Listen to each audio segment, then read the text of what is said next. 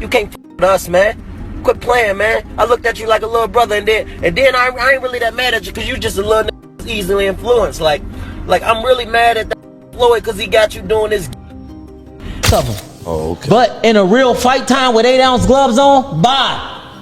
The thing about Tank is just assuming he's going to be able to step up and fight an A-level guy. He's never even fought a B-level guy. He's never even unified. Like, not only is he fighting these low-level guys. Recent events have ignited controversy in the boxing world following Gervonta Tank Davis's latest fight against Lamont Roach.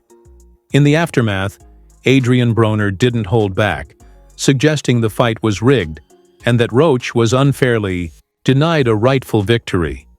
Adding to the drama, Floyd Mayweather has now stepped in, revealing the truth behind the controversy. This kid said he'd been training every day for years, every day in boxing. I'm somewhere in Aruba, in the Bahamas, in Dubai. I'm traveling the world on my jet, making millions. Gervonta Tank Davis rose from the tough streets of Baltimore to become one of boxing's most electrifying stars. Known for his devastating knockout power and undeniable charisma, he quickly climbed the ranks, securing multiple world titles across different weight classes. His partnership with Floyd Mayweather's promotional company further boosted his career, positioning him as a potential heir to Mayweather's legacy. However, as Davis's career advanced, tensions began to surface.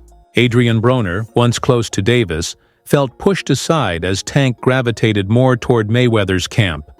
In an interview, Broner addressed Davis's departure from Mayweather Promotions with a blunt remark, "I don't care." A simple statement, but one that hinted at deeper frustrations between the two fighters. No, I haven't talked to him about it, but we talked about it before. You know, we talked about it a few times, but you know, now that he is doing his own thing, I hope the best for him, and I hope he is as big as the world. I don't care, you know? I just want to do good. He keeps alluding that there was something wrong there, that he wasn't happy with the support that he was getting. You know, is there something there from what he's saying, from what your relationship with him? That's not really for me to come out and talk about. You know, I'll wait until he's comfortable with saying and letting people know his business. But you know, now that he's on his own, you know, I hope it grows. Adrian Broner and Gervonta Davis once shared a brotherly bond that extended beyond the boxing ring. As a former multi-division world champion, Broner took Davis under his wing, mentoring him through the early stages of his career. Their camaraderie was undeniable, with Broner frequently referring to Davis as his little brother. However, Broner has been open about the growing rift between them. He recalled a time when they were inseparable, but admitted that their relationship has since become strained. Broner believes Davis felt let down by him, which led to the tension and awkwardness between them today. Like right now, me and Tank, it's weird because he loved me to death. He know I love him to death, but we don't talk every day how we used to. Nigga, it used to be a time where you ain't see me without Tank, or you ain't see Tank without me. But what happened was, I think what happened was, he just like, damn, bro. I feel like he look up to me so much, it's like I let him down. Cause he's somebody that really know like what I can do and how good I am. And it's like, he feel like, man, you tripping. You know what I mean? Broner admitted that he lacked the resources to fully support Davis's rising career. Acknowledging this, he made the decision to introduce Davis to Mayweather, believing it was the best move for his future. Reflecting on the choice, Broner stated, "I didn't have everything. That's why I gave Tank to Floyd." I brought him to the gym with an AB shirt on. But I didn't have everything right yet. You know, everything wasn't moving yet. You know, I was a little slow on my feet. So I gave him the floor. And every time we bring it up, Floyd like, "Thank you, AB.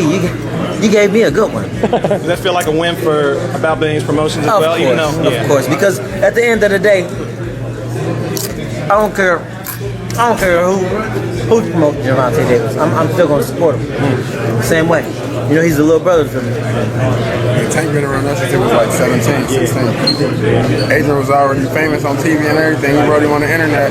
Quinn didn't even know him. Flew him out, let him live with him. Yeah. Under Mayweather's mentorship, Davis achieved significant success, capturing multiple titles and cementing his place as a top contender. However, their relationship had its challenges. Reports suggest that Mayweather was often vocal about Davis's performances, at times even criticizing him publicly. This dynamic played a role in Davis's decision to part ways with Mayweather Promotions as he sought greater independence in his career. Tank vents out on social media. He's been through a lot, you know, throughout his life. So, but I take my hat off to him.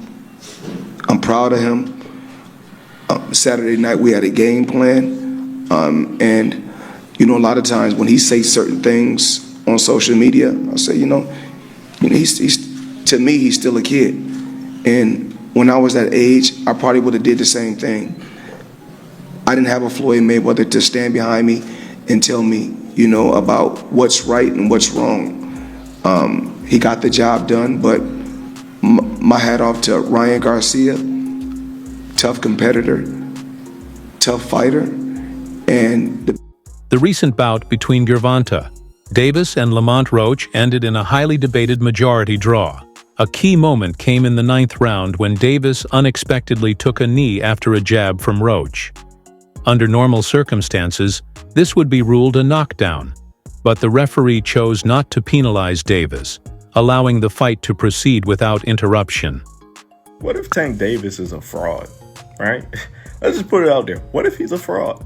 I know what you guys are thinking. Jerry, stop it. You're hating. There's no way. You don't know that. I don't know that. We've never seen him fight a B-level fighter. Mario Barrios, these guys aren't B-level. Frank Martin ain't B-level guys. Stop the bullshit. It's always a thought in the back of my head, right?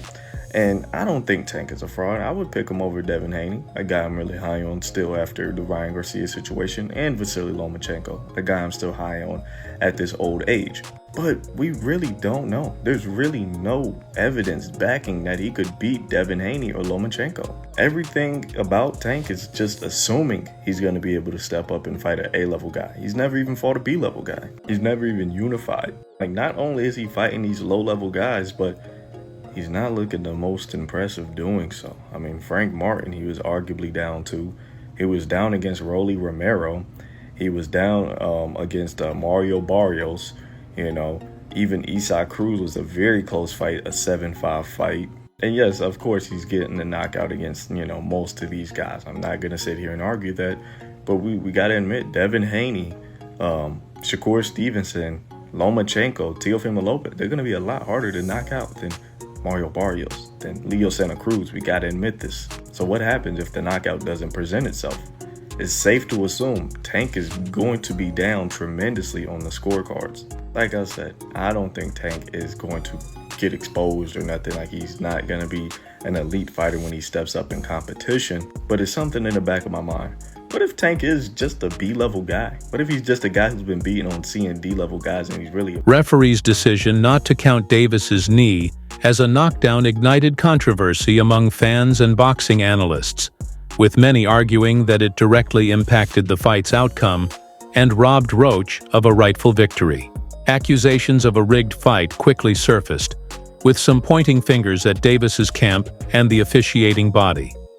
Commentators Andrew Schultz and Charlemagne weighed in on the issue, discussing the referee's call during the Davis-Roach fight. They argued that if the knockdown had been properly acknowledged, Roach would have secured the win. Their conversation underscored growing concerns about the integrity of officiating in boxing.